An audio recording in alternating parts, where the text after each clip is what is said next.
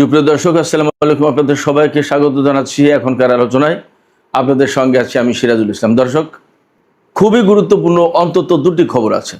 একটি খবর হচ্ছে, গতকাল সিরিয়ায় তুরস্কের অবস্থানে ইসরায়েল হামলা চালানোর পর তুরস্ক অনেকটা চুপ হয়ে গিয়েছিল বলে আমরা ভাবছিলাম, কিন্তু এখনকার খবর হচ্ছে তুরস্ক পরিকল্পনা করছে তারা S-400 ক্ষেপণাস্ত্র প্রতিরক্ষা ব্যবস্থা দিয়ে ইসরায়েলের যুদ্ধ বিমানে আঘাত করবে। ইসরায়েল সুস্পষ্ট করে বলেছে, যাই হোক তাই হোক, সিরিয়ায় তুরস্কের কোনো বিমান উপস্থিতি অর্থাৎ সিরিয়ায় তুর্কি বিমান বাহিনীর উপস্থিতি কোনোভাবেই মেনে নেবে না।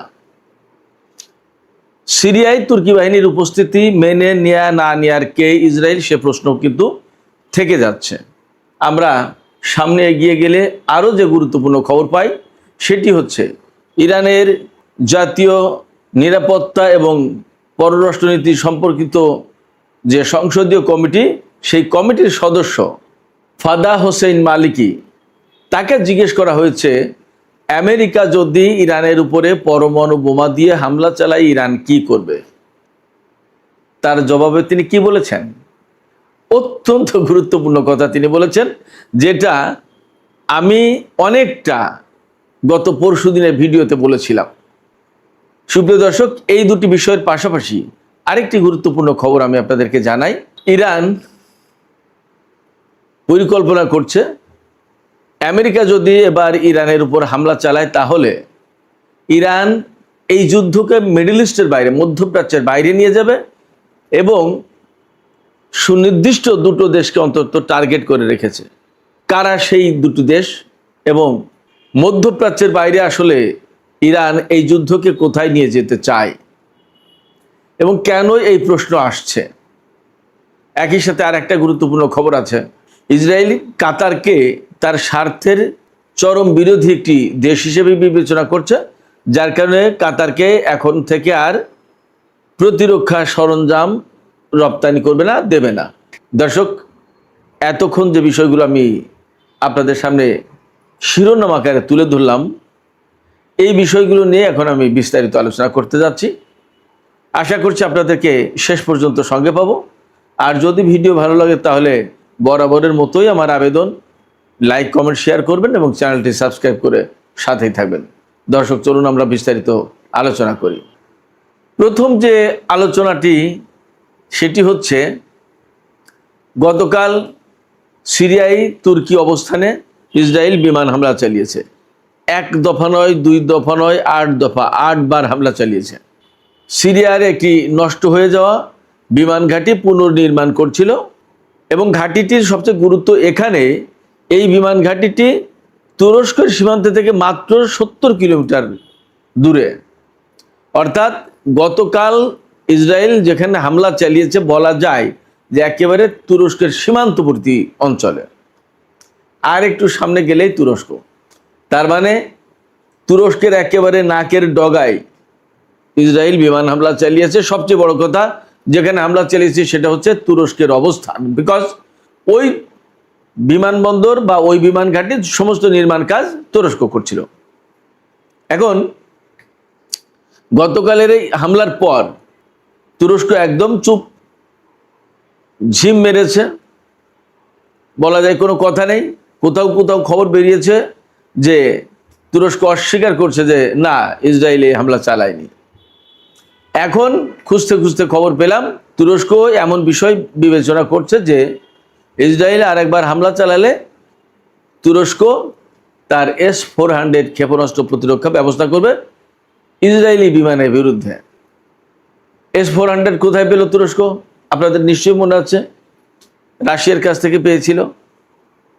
আগের বার ডোনাল্ড ট্রাম্প যখন ক্ষমতায়, তখন তুরস্ক F-35 যুদ্ধ বিমানের জন্য আমেরিকার সাথে বহু দেন দরবার করেছে, তার ওই বিমান কেনার জন্য টাকাও দিয়ে আসছে প্রচুর পরিমাণে, কিন্তু আমেরিকা দেয়নি। তখন তুরস্ক অনেকটা রাগ করে বা আমেরিকাকে চাপে ফেলানোর জন্য রাশিয়ার কাছ থেকে S-400 কিনেছিল।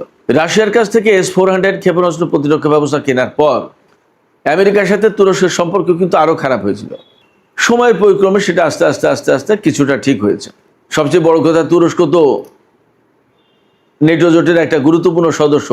আমেরিকার পরেই নেটো জোটে তুরস্কের সবচেয়ে বেশি সেনা। এখন S-400 বিক্রি করে দিতে বলে আমেরিকা। মার্কিন প্রেসিডেন্ট ট্রাম্প বলেছেন তুরস্কের প্রেসিডেন্ট রজব তাইয়িপ এরদোগানকে যে আপনারা যদি F-35 যুদ্ধ বিমান নিতে চান তাহলে S-400 বিক্রি করে দিতে হবে অথবা রাশিয়াকে ফেরত দিতে হবে। আমি নিশ্চিত এটা প্রেসিডেন্ট ডোনাল্ড ট্রাম্পের একটা কৌশলী বক্তব্য। যখনই S-400 তুরস্ক বিক্রি করে দেবে বা রাশিয়ার কাছে ফেরত দেবে, তখনই আমেরিকা নানান অজুহাতে তুরস্ককে ওই যুদ্ধ বিমান দেবে না, এবং তখন একুল ওকুল দুই কুলি যাবে তুরস্কে। যাই হোক, এই S-400 ক্ষেপণাস্ত্র প্রতিরক্ষা ব্যবস্থা বলা হয় বিশ্বের যে কোনো স্টেলথ যুদ্ধ বিমানের জন্য ঘাতক, মারাত্মক। এটাকে একেবারে প্রাণঘাতী অস্ত্র বলা হয় যুদ্ধ বিমানের জন্য। বলা হয় যে বিশ্বে এমন কোনো যুদ্ধ বিমান নেই যা S-400 এর রাডার সিস্টেমকে এড়িয়ে যেতে পারে। যদি তাই হয় তাহলে ইসরায়েলের কোনো বিমান S-400 ফাঁকি দিতে পারবে না। আর S-400কে যদি ফাঁকি দেওয়া সম্ভব না হয়, তাহলে সিরিয়াতে ইসরায়েল হামলা চালাতে গেলে তুরস্ক সেই বিমানগুলো শুটডাউন করতে পারে S-400 ব্যবহার করে। এখন S-400 আর কখন ব্যবহার করবে, কবে ব্যবহার করবে, কিভাবে ব্যবহার করবে, এই প্রশ্ন কিন্তু আসছে। এর জবাব হচ্ছে ইসরায়েল নিজেই বলেছে যে তারা কোনো মতেই সিরিয়াতে তুরস্কের অবস্থান মেনে নেবে না, বিশেষ করে বিমান বাহিনী। এমনকি সেটা যদি তুর্কি বাহিনী না হয়ে সিরিয়ারও কোনো বিমান বাহিনী হয় তাও মেনে নেবে না। ইসরায়েলের প্রধানমন্ত্রী বেনিয়ামিন নেতানিয়াহু একদম সুস্পষ্ট করে বলেছে যে তাদের হাতে MiG-29 থাকুক আর তুরস্কের হাতে F-16 থাকুক, যাই থাকুক না কেন, সিরিয়ায় তুরস্কের যে কোনো অবস্থানের বিরুদ্ধে হামলা চালানো হবে এবং সিরিয়ার কোনো বিমান বাহিনীকে ইসরায়েল মেনে নেবে না। কেন মেনে নেবে না? ইসরায়েল বলছে যে মেনে নেব না এই কারণে, সিরিয়ার যখনই বিমান বাহিনী থাকবে বা সিরিয়াতে তুরস্কের বিমান বাহিনীর অবস্থান থাকবে, তখন ইসরায়েল মনে করে সিরিয়ার বিমান বাহিনী যদি গড়ে ওঠে তাহলে সিরিয়ার আকাশে ইসরায়েল কোনো মতেই ফ্রিলি তার বিমান চালাতে পারবে না। আর তুরস্ক যদি সেখানে বিমান বাহিনী মোতায়েন করে তাহলে একই সমস্যা তার। অতএব সিরিয়ার আকাশ বিমান মুক্ত করার জন্য ইসরায়েল সিরিয়ার বিমান বাহিনীর উপরে অথবা তুরস্কের অবস্থানে বা তুরস্কের বিমান বাহিনীর উপর হামলা চালাবে, তাতে যাই ঘটুক। ব্যাপারটা এরকম। অর্থাৎ সিরিয়া যতই স্বাধীন সার্বভৌম দেশ হোক, তাতে ইসরায়েলের কিছু আসে যায় না। ইসরায়েলের জন্য তার আকাশ মুক্ত থাকতে হবে, এটা হলো ইসরায়েলের কথা। এখন এই জায়গায় তুরস্ক কি করবে, সিরিয়া কি করবে, তাদের ব্যাপার, তারা বুঝুক। বাট ইসরায়েলের প্রত্যাশা হচ্ছে এই। যদিও ইসরায়েলের যে প্রত্যাশা, এটা কোনো স্বাভাবিক রাষ্ট্রের কথা হতে পারে না। একটা স্বাধীন সার্বভৌম দেশের উপরে আর একটা দেশ বা আর একটা শক্তি এইভাবে ইচ্ছামতো বিমান চালাবে, যা খুশি তাই করবে, এটা হতে পারে না। এটা কোনো সভ্য রাষ্ট্রের, কোনো সভ্য ব্যক্তির বক্তব্য হতে পারে না। বাট ইসরায়েল তাই করছে, তাই বলছে। এখন ইসরায়েলের বিরুদ্ধে কি করবে সেটা তুরস্ক বুঝুক, সেটা সিরিয়া বুঝুক বা তার বন্ধুরা বুঝুক। এখানে একটা প্রশ্ন হচ্ছে, সিরিয়ার আকাশটা কেন এরকম একদম মুক্ত থাকতে হবে ইসরায়েলের বিমানের জন্য, যাতে কোনো বাধা না আসে? কেন? তার প্রথম এবং প্রধান কারণ একটাই, সেটা হচ্ছে ইরান। সৌদি আরবের ইরাকের উপর দিয়ে এসে ইরানে হামলা চালানো কঠিন একটা কাজ। সেই কাজটা করতে গেলে ঝামেলা আছে। তার চেয়ে সিরিয়ার উপর দিয়ে যদি ইরাকের ওই পাশ দিয়ে যেতে পারে, তাহলে ইরানের উপরে সহজেই হামলা চালানো যায়। এবং ইসরায়েল অনেকটা গোয়ার তুমি করে যা খুশি তাই করে, সে কারোর আকাশ সীমা মানে না, লঙ্ঘন করে। ফ্যাক্ট হচ্ছে আরব অঞ্চলে বা মধ্যপ্রাচ্যে বেশিরভাগ দেশেরই ইসরায়েলকে মোকাবেলা করার মতো সাহসও নেই, শক্তিও নেই, যার কারণে তারা চুপ থাকে। এবং সাহস করে ইরান দাঁড়িয়ে গেছে এবং এখন পরিস্থিতি যা হওয়ার তাই হচ্ছে, আমরা তো দেখতেই পাচ্ছি। সিরিয়ার গতকালের ঘটনা নিয়ে যা এখন পর্যন্ত হচ্ছে তাতে মোটামুটি বোঝা যাচ্ছে যে ইসরায়েল এবং তুরস্কের মধ্যে বেশ একটা জটিলতা তৈরি হয়েছে বা হচ্ছে, এবং এই নিয়ে সম্ভবত আরও কিছু হবে। দেখা যাক আসলে বাস্তবতা কোথায় যায়। এদিকে আমি আর একটা গুরুত্বপূর্ণ খবরের কথা বলেছিলাম আপনাদেরকে। ইরানের জাতীয় নিরাপত্তা এবং পররাষ্ট্রনীতি সম্পর্কিত সংসদীয় কমিটির একজন সদস্য ফাদা হোসেন মালেকি, তিনি খবর অনলাইন নামে একটা পত্রিকা, তাকে দেওয়া সাক্ষাৎকারে বেশ গুরুত্বপূর্ণ কিছু কথা বলেছেন। ওই অনলাইনের সাংবাদিক ফাদা হোসেনের কাছে জিজ্ঞেস করেছিলেন যে আমেরিকা যদি ইরানের বিরুদ্ধে পরমাণু অস্ত্র ব্যবহার করে তাহলে ইরান কি করবে। জবাবে ফাদা হোসেন মালিকি বলেছেন, আমেরিকা এমন সিদ্ধান্ত নিলে আমরাও আমেরিকার বিরুদ্ধে প্রতিক্রিয়া জানাবো। তিনি বলেছেন, তারা যে ধরনের অস্ত্র দিয়ে হামলা করবে আমাদের প্রতিক্রিয়াও সে ধরনের হবে। তখন সাংবাদিক আরেকবার জিজ্ঞেস করেছেন, তাহলে কি আপনারা আমেরিকার বিরুদ্ধে পরমাণু অস্ত্র ব্যবহার করবেন? তখন ফাদা হোসেন মালিকি বলেছেন যে আমেরিকা যে ধরনের অস্ত্র ব্যবহার করবে ইরানের প্রতিক্রিয়াও তার সঙ্গে সামঞ্জস্যপূর্ণ হবে। এখন আপনারা এর থেকে যা বুঝে নিতে পারেন। আপনারা যদি মনে করেন যে ইরান পরমাণু অস্ত্র ব্যবহার করবে, আপনারা মনে করতেই পারেন। আপনারা যদি মনে করেন যে না, পরমাণু অস্ত্র ব্যবহার করবে না, হয়তো এমন অস্ত্র ব্যবহার করবে যেটা পরমাণু সমান, হাইড্রোজেন বোমা, তাহলে তা ভাবতে পারেন। বা আমি যে প্রায় মাঝে মাঝে বলি যে ইরানের কাছে এমন ক্ষেপণাস্ত্র ব্যবস্থা আছে যে ক্ষেপণাস্ত্র মারলে একটা শহরের সমস্ত ইলেকট্রনিক ডিভাইস 1 থেকে 1.5-2 মিনিটের ভেতরে নষ্ট হয়ে যাবে। তো একটা শহরের ইলেকট্রনিক ডিভাইস যদি নষ্ট হয়ে যায় তাহলে তো সেই শহরে একদম মুহূর্তের ভিতরে পঙ্গু হয়ে যাবে। তাহলে তো তার আর কিছু করা থাকে না, তার বিরুদ্ধে আর যুদ্ধের প্রয়োজন আছে। এরকম নানা রকম জল্পনা আছে। তবে ফাদা হোসেন মালিকির যে বক্তব্য তাতে বোঝা যাচ্ছে, তিনি যে ইঙ্গিত দিয়েছেন তাতে ইরানের জবাব সমপর্যায়ের জবাব হবে, অর্থাৎ পরমাণু অস্ত্র ব্যবহার হতে পারে। ইরান এই ব্যাপারে যথেষ্ট সতর্ক সচেতন আছে, এবং পরমাণু অস্ত্র ব্যবহার হলে ইরান তার জবাবে কি করবে সেই বিষয়টাও তাদের একদম পরিষ্কার সিদ্ধান্ত আছে। এদিকে আমেরিকার বিরুদ্ধে ইরান দীর্ঘমেয়াদী যুদ্ধের প্রস্তুতি নিচ্ছে। ইরান মনে করছে ডোনাল্ড ট্রাম্পের মেয়াদ অন্তত আরও 2.5 বছর আছে। এই 2.5 বছরের ভেতরে ডোনাল্ড ট্রাম্প ক্ষমতা থেকে যাচ্ছে না, আর সে হয়তো যুদ্ধও শেষ করবে না। এই যুদ্ধ যদি শেষ না করে তাহলে পরবর্তী প্রেসিডেন্টের উপরে এই যুদ্ধ শেষ করার দায় দায়িত্ব গিয়ে পড়বে। তার মানে ডোনাল্ড ট্রাম্প এই যুদ্ধকে একটা দীর্ঘমেয়াদী যুদ্ধে রূপান্তরিত যদি করে বা করতে পারে তাহলে ইরান কি করবে। ইরান সেই জায়গায় বলছে যে তারাও এই দীর্ঘমেয়াদী যুদ্ধের একটা প্রস্তুতি নিচ্ছে। অবশ্যই ইরানের কৌশল এখানে ভিন্ন।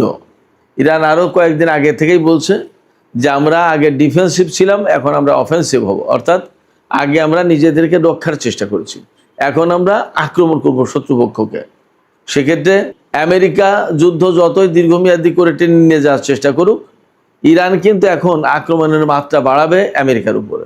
এবং আমেরিকার উপরে যখনই আক্রমণের মাত্রা বেড়ে যাচ্ছে তখন আমেরিকা এই অঞ্চলে থাকবে কি থাকবে না, যুদ্ধ চালাবে কি চালাবে না, তাদের ক্ষয়ক্ষতির মাত্রা কি পর্যায়ে থাকবে, এই সমস্ত অনেক কিছু ভাবতে বাধ্য হবে। হয়তো তখন আমেরিকা এই অঞ্চল ছেড়ে চলেও যেতে পারে।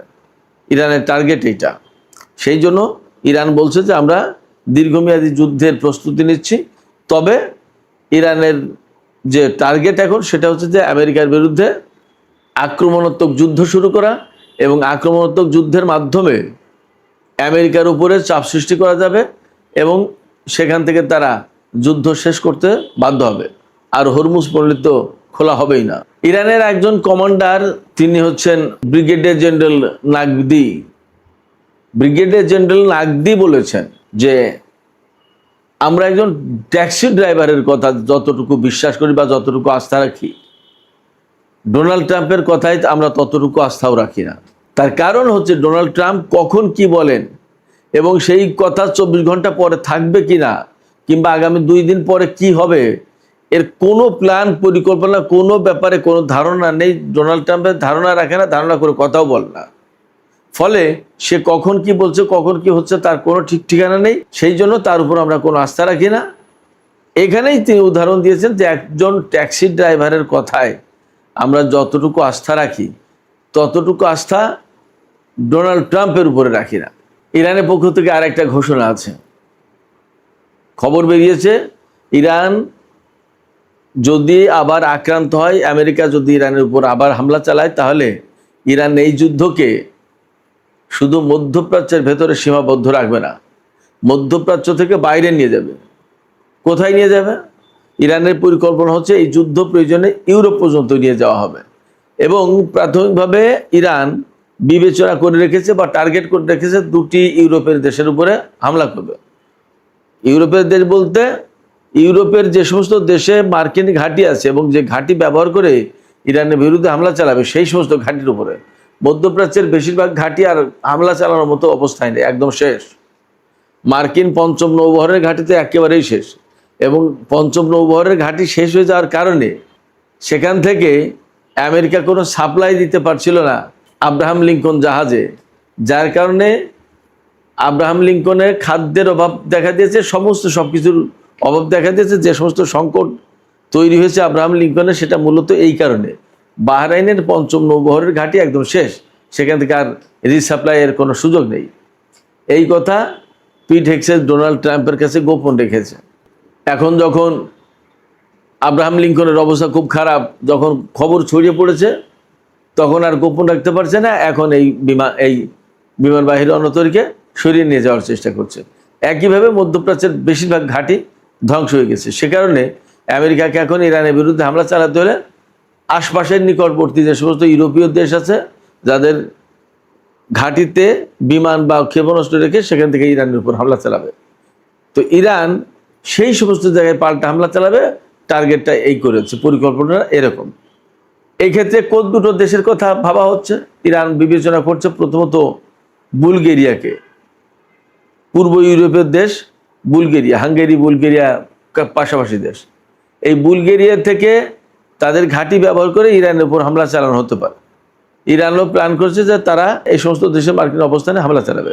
আর একটা হচ্ছে সাইপ্রাস। সাইপ্রাস হচ্ছে ভূমধ্য সাগরের ভেতরে একটা দ্বীপ দেশ, ইসরায়েল, সিরিয়া, তুরস্ক থেকে বেশ কাছে। এই সাইপ্রাস বেসিক্যালি ইউরোপের ভেতরে পড়েছে এখন দেশ হিসেবে। এই সাইপ্রাস থেকেও সেখানে সাইপ্রাসের ঘাঁটি ব্যবহার করে আমেরিকা ইরানের উপর হামলা চালাতে পারে। যদি হামলা চালায় তাহলে ইরান সাইপ্রাসের উপরেও হামলা চালাতে পারে। এদিকে ইসরায়েল ঘোষণা করেছে তারা আগে কাতারকে যেভাবে বন্ধু দেশ মনে করতো, এখন আর সেভাবে মনে করছে না, বরং তারা মনে করছে যে কাতার ইসরায়েলি স্বার্থের বিরুদ্ধে কাজ করছে, এবং এই কারণে ইসরায়েল কাতারের কাছে আর প্রতিরক্ষা সরঞ্জাম বিক্রি করবে না। এটা একটা নতুন ডেভেলপমেন্ট। তার মানে আমি ব্যক্তিগতভাবে এতদিন কাতারকে মনে করতাম যে সেই ইরানের খুব ঘনিষ্ঠ এবং ফিলিস্তিনিদের পক্ষের লোক, অতএব ইসরায়েলের সাথে বুঝি তার এই ধরনের সম্পর্ক নেই। এখন দেখি যে সেই ইসরায়েলের কাছ থেকে নিজেই প্রতিরক্ষা সরঞ্জাম কিনত। তো তাহলে কাকে বিশ্বাস করবেন আপনি? সুপ্রিয় দর্শক, আজকের আলোচনা এখানে শেষ করতে চাই। আলোচনা শেষের আগে আপনাদের কাছে আপনাদের মতামত জানতে চাই, আপনারা কি মনে করছেন? আমরা দুপুরের ভিডিওতে বলেছিলাম যে তুরস্ক একদম চুপ হয়ে গেছে, বাট এখনকার ভিডিওতে কথা বলতে হচ্ছে যে তুরস্ক নাকি ইসরায়েলের বিমান বাহিনীর বিরুদ্ধে S-400 ক্ষেপণাস্ত্র প্রতিরক্ষা ব্যবস্থা ব্যবহার করবে। যদি তাই হয় তাহলে ইসরায়েল এবং তুরস্কের ভেতরে কি বড় ধরনের সংঘাতের দিকে যাচ্ছে পরিস্থিতি? আপনাদের কি মনে হয়? আপনাদের মতামত জানিয়ে কমেন্টে লিখতে পারেন। আর ভিডিও ভালো লাগলে লাইক, কমেন্ট, শেয়ার করবেন এবং চ্যানেলটি সাবস্ক্রাইব করে সাথেই থাকবেন।